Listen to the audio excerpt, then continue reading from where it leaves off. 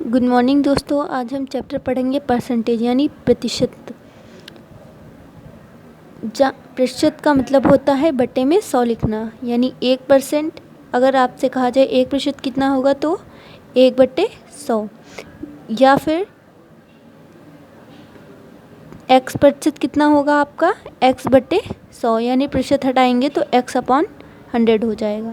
फिर आपका पहला नंबर है भिन्न को प्रतिशत में बदलना। भिन्न को हम प्रतिशत में कैसे बदलते हैं? भिन्न को प्रतिशत में बदलने के लिए हम हर में 100 बनाते हैं। कैसे बनाते हैं? हर में 100 गुणा करके, यानी भिन्न को अगर प्रतिशत में बदलना है तो 100 से गुणा करनी होगी उस संख्या में। जैसे एग्जाम्पल देखिए, 4/5 को प्रतिशत में भिन्न के रूप में बदलें, तो यहाँ पर 4/5 को हम प्रतिशत भिन्न में बदलने के लिए क्या करेंगे? यहाँ पर हमें हर में 100 बनाना है, तो 4/5 ये तो था यहाँ वाला। अब यहाँ पे हम 20×5 होता तो 20, यहाँ से 20 से हमने मल्टीप्लाई करा दिया। अब यहाँ पे नीचे मल्टीप्लाई कराया है तो ऊपर भी कराना है, तो यहाँ 20 चक्कू 80 और 20×5 100, यानी 24 × 80 और 25 × 100। अब यहाँ पर हमारा 80% हो गया, यानी 100 का मीन्स क्या होता है? परसेंटेज या प्रतिशत। तो 80 ये हो गया और 100 मीन्स परसेंटेज लगा दिया, ये आपका आंसर हो गया। ये हमने किसको चेंज किया? भिन्न को परसेंट में चेंज किया है। अब दूसरा है आपका प्रतिशत को भिन्न में बदलना। अभी हमने भिन्न को प्रतिशत में बदला था, अब हम जस्ट उसका उल्टा कर रहे हैं, यानी प्रतिशत को हम भिन्न में बदल रहे हैं। भिन्न का अर्थ होता है संख्या को अंश व हर में बदलना। क्वेश्चन है आपका, इसी का एग्जाम्पल है ये, 60% को भिन्न में बदलना है, तो 60% बराबर कितना होता है? 100। तो इसका आंसर क्या हो जाएगा? 60% इक्वल टू 60 ये हो गया अपॉन 100 इक्वल टू 6/10, यानी ये 0 से ये 0 हट जाएगा, बचेगा आपका 6/10। इसको भी सरलतम रूप में चेंज कर लेते हैं या इसी रूप में चेंज कर लेते हैं इसको। 2 3 × 6, 2 5 × 10, ये आंसर हो गया आपका। अब तीसरा नंबर है दशमलव को प्रतिशत में बदलना। दशमलव को प्रतिशत में बदलना, तो दशमलव को हम प्रतिशत में कैसे बदलते हैं? 2.4 को प्रतिशत में बदलें। प्रतिशत में बदलने के लिए हम संख्या में 100 से गुणा करते हैं। 2.4 गुणित 100, ये यहाँ पे हमने लिखा है संख्या में 100 से गुणा करते हैं जब हमको किसी भी संख्या को प्रतिशत में बदलना होता है। यहाँ पे दशमलव वाली संख्या है, इसलिए हम 100 से गुणा कर रहे हैं। 2.4 गुणित 100 बराबर 24। ये हम यहाँ से दशमलव हटाएंगे, नीचे 10 आ जाएगा, क्योंकि एक संख्या है यहाँ पर इसलिए 10 आया है। मल्टीप्लाई 100, अब इसको हमने सॉल्व किया, 24 मल्टीप्लाई 10, इसका गुणा कर देंगे, हो जाएगा हमारा आंसर 240%। ये हमारा किसका एग्जाम्पल है? दशमलव को प्रतिशत में बदलने का। अब चौथा नंबर है आपका प्रतिशत को दशमलव में बदलना। तो प्रतिशत को दशमलव में कैसे बदलेंगे? यदि हमारे पास क्वेश्चन है 25% को दशमलव में बदलो, तो 25% बराबर प्रतिशत की जगह हम 100 लगा देंगे, और नीचे कितने ज़ीरो हैं? 2, इसलिए हमने ये संख्या रखी और 2 ज़ीरो काउंट करके 1 2 पॉइंट लगा दिया, ये हमारा आंसर आ गया। दूसरा देखिए, यदि ए बी से R% अधिक हो तो बी ए से R/100 + R मल्टीप्लाई 100% कम होता है। ये आपका फार्मूला है, इसी बेस पे इस तरीके के क्वेश्चंस लगेंगे। जैसे है, यदि ए का वेतन बी के वेतन से 25% अधिक है तो बी का वेतन ए के वेतन से कितना कम है? तो यदि ए का वेतन बी के वेतन से 25% अधिक है, यहाँ रखा हमने आर, यानी यहाँ पर हमारा आर कितना प्रतिशत है? 25%। तो यहाँ फार्मूला ये वाला रखते हैं, फिर उसके बाद रखेंगे R/100 + R, फिर R की जगह हमें कितना दिया हुआ है? 25%। 25% 100 + 25 ये हमें दिया हुआ है, फिर मल्टीप्लाई 100। यहाँ पर हम प्लस इसलिए कर रहे हैं क्योंकि हमें यहाँ बताया गया है कि ए का वेतन बी के वेतन से 25% अधिक है, इसलिए हम यहाँ पर प्लस कर रहे हैं। इसको सॉल्व करेंगे हम। 25/125 मल्टीप्लाई 100, ये हम इसको सॉल्व करेंगे तो हमारा 20% आंसर आ जाएगा। यानी बी का वेतन ए के वेतन से हमारा कितना कम है? 20%। ये हमारा आंसर हो गया।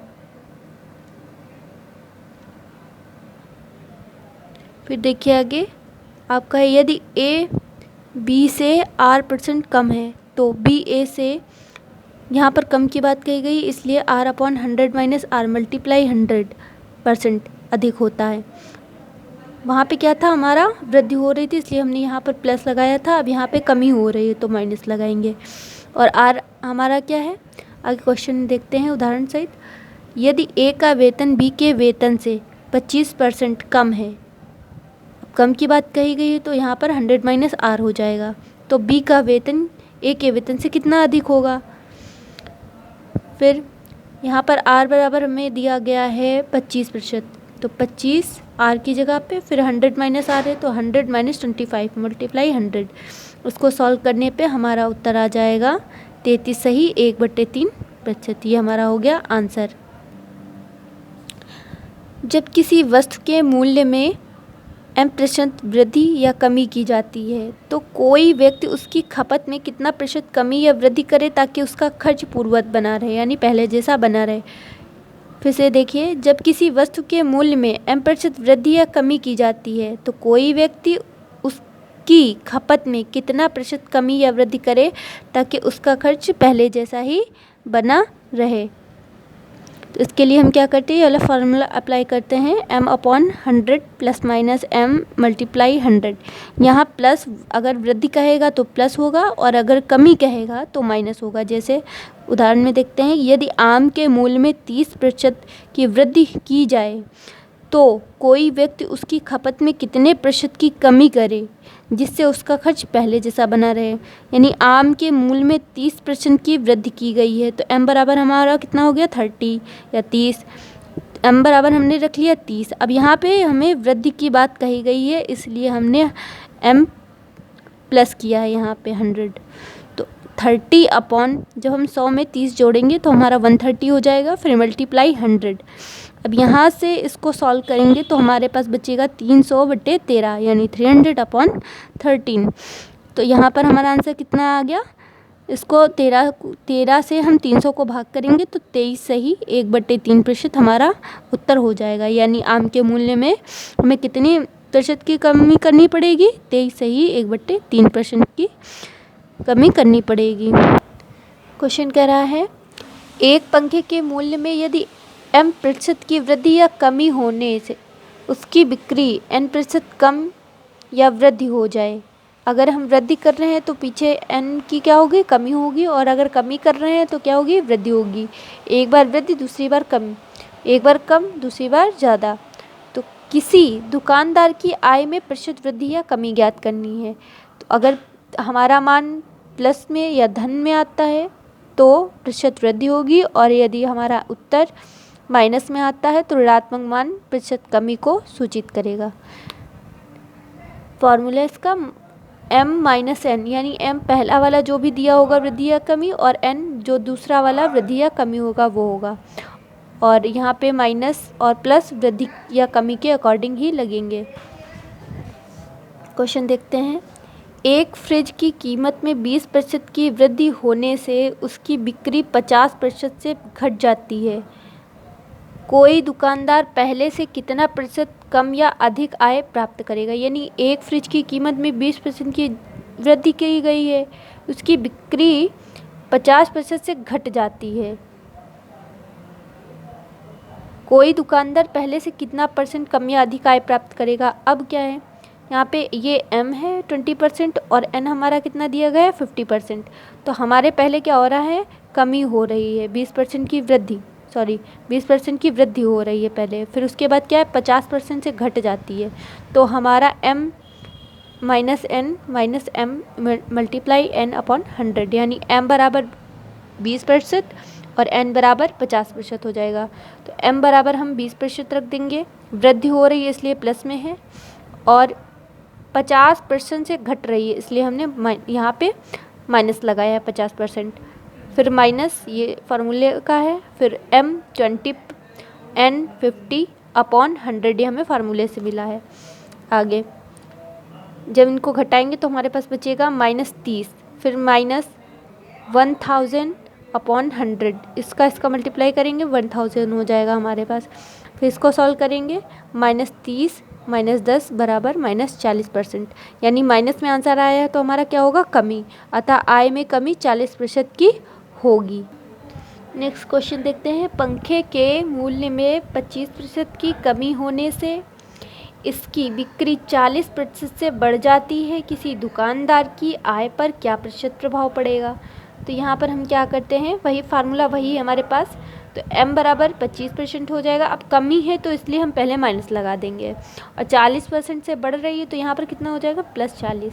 तो हम फार्मूले में रखते हैं m बराबर 25, n बराबर 40%। तो m कमी हो रही है इसलिए -25, n बढ़ रहा है तो 40% प्लस में 40, मल्टीप्लाई -25 मल्टीप्लाई, ये हमें फार्मूले से माइनस मिला हुआ नहीं, ये यहाँ पर हम इसका m का मान रखेंगे 25 फिर प्लस 40, यानी अगर कम हो रहा है तो 25 और बढ़ रहा है तो 40, फिर मल्टीप्लाई, चूँकि हमारे पास पहले m हमारा कम हो रहा था इसलिए -25 मल्टीप्लाई 40, ये हमारा बढ़ रहा था इसलिए प्लस में है, अपॉन 100, इसको सॉल्व किया हमने 50 आया, इसको सॉल्व किया हमने 1000 अपॉन 100 आया। अब इसको हम सॉल्व कर लेंगे, यहाँ हमारा 15 बचा है, यहाँ हमारा माइनस का 10 बचा है, तो हमारा आंसर कितना आ जाएगा, 5%। अब ये हमारा उत्तर किस में आया है, प्लस में, तो हमारे पास क्या होगा, प्रतिशत वृद्धि होगी। बाकी का नेक्स्ट पार्ट, ये फर्स्ट पार्ट है, आपको नेक्स्ट पार्ट जल्दी ही देखने को मिलेगा। आप सभी हमारे चैनल को सब्सक्राइब करें, लाइक करें। Thank you.